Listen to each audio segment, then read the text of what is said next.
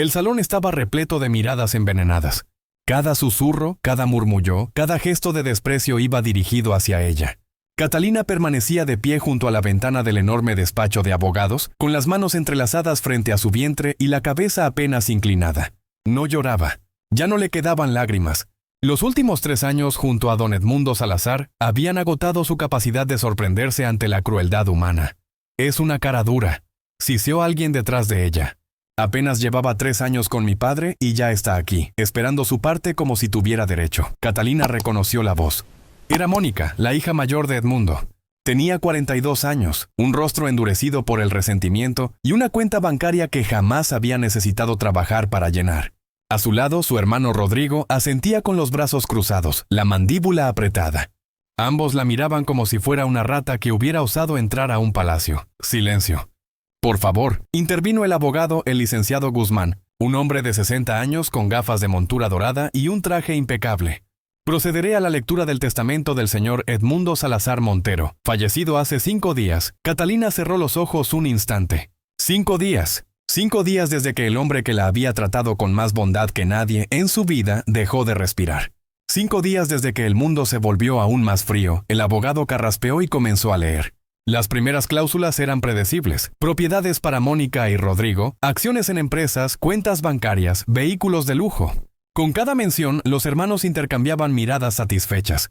Catalina permanecía inmóvil, tratando de hacerse invisible. Entonces, el licenciado Guzmán hizo una pausa. Levantó la vista del documento y la posó directamente sobre Catalina. Algo en su expresión cambió. Había respeto, tal vez compasión. Y finalmente, continuó con voz más firme. Al cuidado y custodia de la señorita Catalina Vargas, dejo la hacienda Los Laureles, con todas sus tierras, construcciones y recursos. Además, un fondo fiduciario por $5 millones para su administración y manutención. El silencio que siguió fue ensordecedor. Luego estalló el caos. «Esto es un fraude», gritó Rodrigo poniéndose de pie de un salto. «Esa mujerzuela lo manipuló. Lo envenenó con sus palabras. Era una empleada», chilló Mónica con el rostro enrojecido. «Una simple enfermera que papá contrató porque estaba enfermo y solo. Lo engañó para que cambiara el testamento». Catalina sintió que las piernas le temblaban, pero se mantuvo firme. No les daría el placer de verla derrumbarse. «Señores, por favor». El licenciado Guzmán alzó una mano.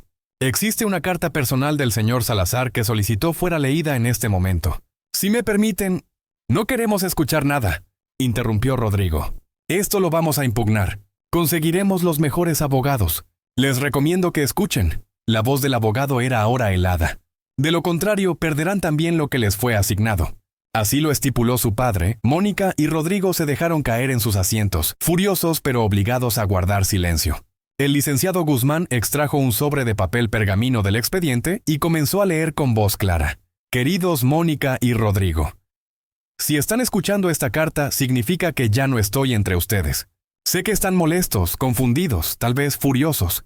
Permítanme explicarles quién es realmente Catalina Vargas y por qué tomé esta decisión». Catalina sintió que el corazón le latía con fuerza. ¿Qué había escrito Edmundo? Ella jamás le pidió nada. Jamás esperó nada. Hace 4 años, después de que su madre muriera, ustedes desaparecieron de mi vida. Sé que estaban ocupados con sus propias familias, sus carreras, sus círculos sociales. No los culpo enteramente. Yo tampoco fui el mejor padre. Trabajé demasiado, estuve ausente cuando me necesitaban. Pero cuando me diagnosticaron cáncer de páncreas, cuando los llamé para decirles que me quedaban meses de vida, esperaba que las cosas cambiaran. Esperaba que vinieran. Mónica palideció. Rodrigo miró hacia otro lado. Vinieron una vez. Una sola vez. Me preguntaron sobre mis finanzas, sobre mis propiedades, sobre qué había planeado para mi herencia. Ni una sola pregunta sobre cómo me sentía. Ni una sola palabra de consuelo. Se fueron después de 20 minutos. La voz del licenciado Guzmán resonaba en el silencio absoluto de la sala. Entonces contraté a Catalina. Necesitaba una enfermera que me ayudara con los tratamientos, con el dolor, con la rutina diaria que se volvía más difícil cada día. Ella llegó un martes por la mañana, con una maleta pequeña y una sonrisa tímida. Tenía 26 años. Les contaré algo que ustedes no saben. Catalina contuvo el aliento. Catalina había perdido a su madre por la misma enfermedad 2 años antes. Había cuidado de ella hasta el último momento, sin recursos, sin ayuda. Cuando su madre murió, Catalina quedó con deudas del hospital, sin familia, completamente sola. Aceptó este trabajo porque necesitaba desesperadamente el dinero. Pero lo que hizo por mí fue mucho. Más allá del deber, las lágrimas comenzaron a rodar por las mejillas de Catalina sin que pudiera controlarlas. Esta mujer se levantaba a las 4 de la mañana cuando el dolor me destrozaba.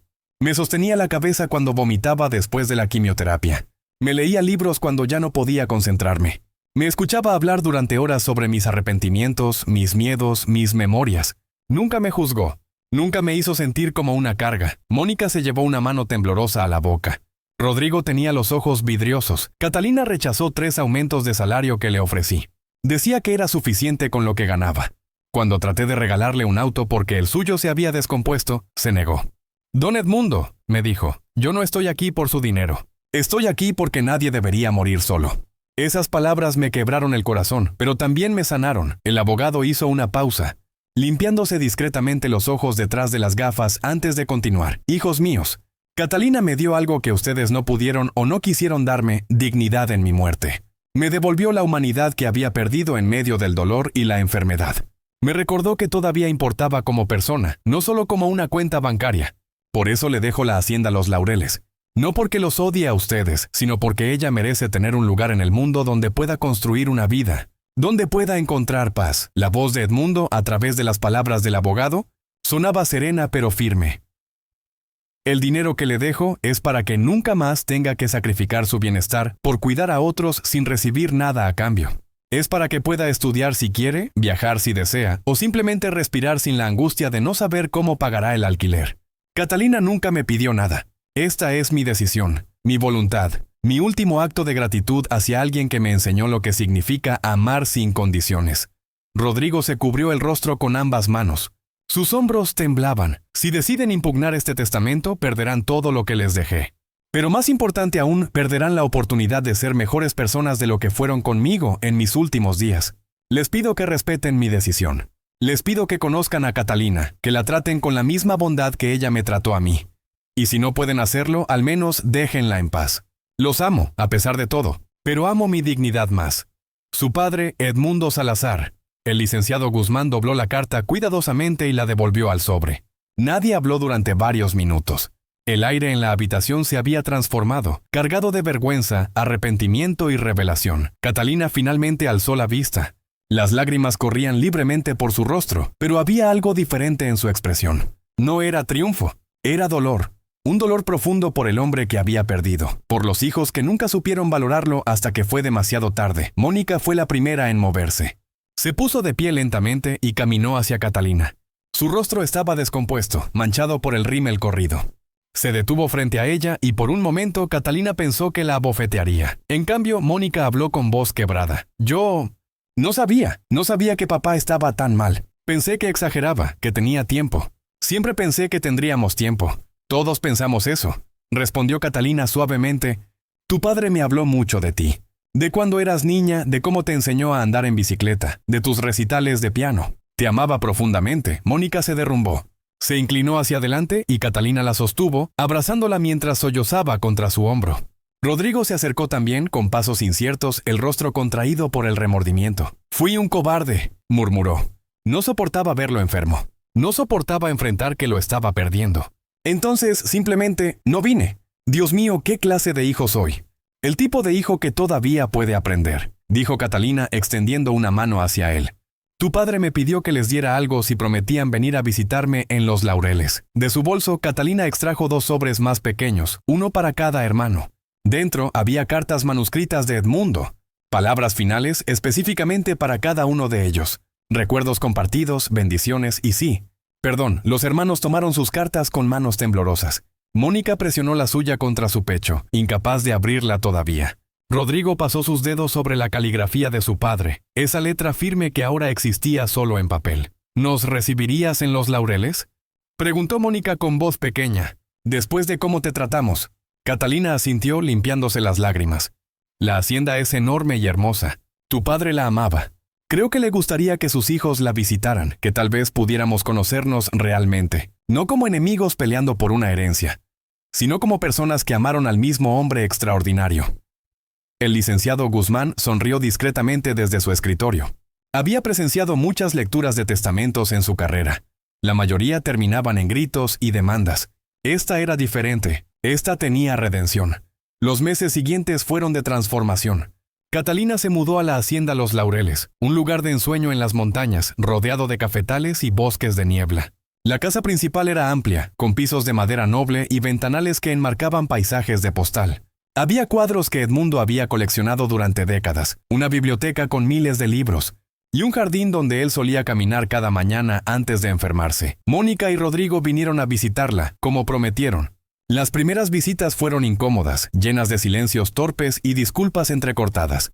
Pero poco a poco, mientras Catalina les mostraba los espacios favoritos de su padre, mientras compartían historias sobre él, las barreras comenzaron a caer. Una tarde, los tres se sentaron en el porche mientras el sol se ocultaba detrás de las montañas, tiñendo el cielo de naranjas y púrpuras. Mónica había traído álbumes de fotos de cuando ella y Rodrigo eran niños. Catalina preparó café y dulces caseros. «Mira esta», dijo Mónica señalando una fotografía amarillenta. «Papá me estaba enseñando a nadar. Yo tenía tanto miedo del agua, pero él fue tan paciente. Pasó todo el verano conmigo en la piscina hasta que finalmente me animé. Era un hombre increíblemente paciente», concordó Catalina. «Cuando yo tenía días difíciles, cuando el estrés de cuidarlo me sobrepasaba, él lo notaba antes que yo misma. Me obligaba a tomar descansos, a caminar por el jardín, a recordar por qué había elegido ser enfermera». Rodrigo observaba el horizonte con expresión pensativa. «¿Sabes qué me duele más?», dijo finalmente.